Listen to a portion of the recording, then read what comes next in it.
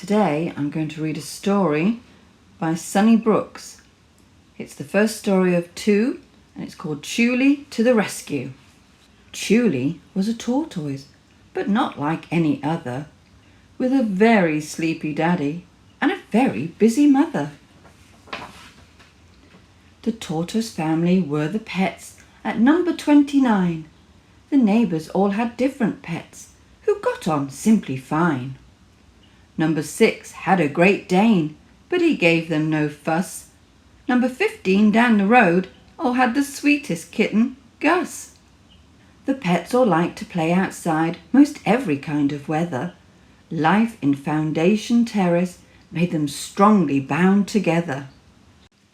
Across the way was another road, with houses and gardens extensive. The pets from there lived a different life, although it was quite expensive. Living in Lime Grove Avenue were a different class and breed. Kennels were heated, cages 2-storied, more than they would need. Chameleons and chinchillas, fancy poodles and a parakeet. Lime Grove avoided Foundation pets, trying seldom to meet. But Foundation pets were a happy bunch, with rabbits, chickens and a collie. They didn't care what the posh pets thought, saying Priscilla the poodle was a wally. They didn't care their houses looked unloved, and their owners didn't seem to mind. Their gardens were scruffy and overgrown. Helping each other made them kind. They knew they had something better than kennels and cages and pools. They all looked out for each other, and together were nobody's fools.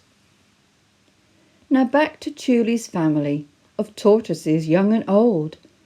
They were a very unusual lot, and there's a tale to be told. Chooley's dad was Larry. He moved slowly like a snail. "That's how tortoises are supposed to move," he would often wail. Hibernation was Larry's favourite time, a long and well-earned rest. To Chooley that was so boring, and not what she did best. Mum Betty, she was different. She always liked to be busy. Happiest when cleaning and tidying. She made everyone feel dizzy. "Life's too short for all this rest. I've got to be on the go. Always something to be done. When it ends, you never know." At Chooley's christening, the vicar asked for Larry to name his child. "Her name is Chooley," he sneezed, and Betty's mood went wild. "Her name was supposed to be Shelley," she cried. "That was the name we said." "I'm sorry," said Larry. "I just had to sneeze, and Chooley came out instead." Lime Grove pets had private training and thought they were special and clever. Foundation pets were taught in a school with lessons remembered forever. As Chooley grew, her mum and dad said, "You must learn to write and read.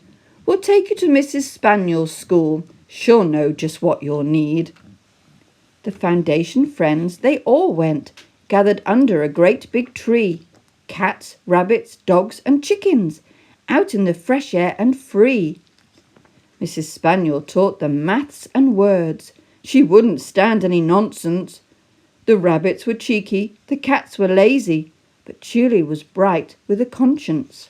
Priscilla the poodle trotted by and laughed at their efforts with glee. Her trainer taught her wonderful tricks, not silly lessons under a tree.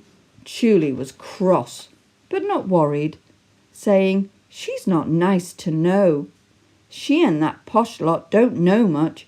I'll show them how far I can go."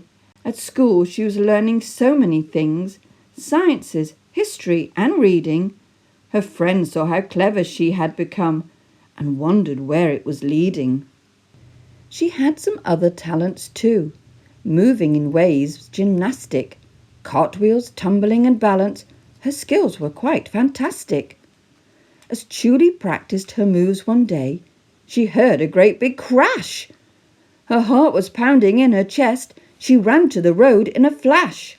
Priscilla was out by the terrace and was knocked down by a car. The driver had just kept going, very quickly and very far. Other poodles came by and saw her, just lying there and bleeding. The pampered pet just crossed the road. Time for home and time for feeding. No matter Priscilla had hurt her and even made her cry, Chooley wanted to help her and not like her friends pass by. So she called to her mum for assistance to do something to ease the dog's pain. Then she ran down the road very quickly to find Rex, her friend, the Great Dane. Her home was found in an instant. Rex barked there long and loud. The family followed him to their pet, who by now had drawn a big crowd. The tortoises washed and they bandaged all the cuts on the much injured pet. Her owners were sad but so grateful and thanked them whilst calling the vet. The vet came and named them all heroes for treating Priscilla so well. Your bandages so neat and tidy. You're kind, caring pets, I can tell. Betty was thrilled with the comment, and her face it was flushed with pride. Priscilla, already feeling better, but her shame she could no longer hide.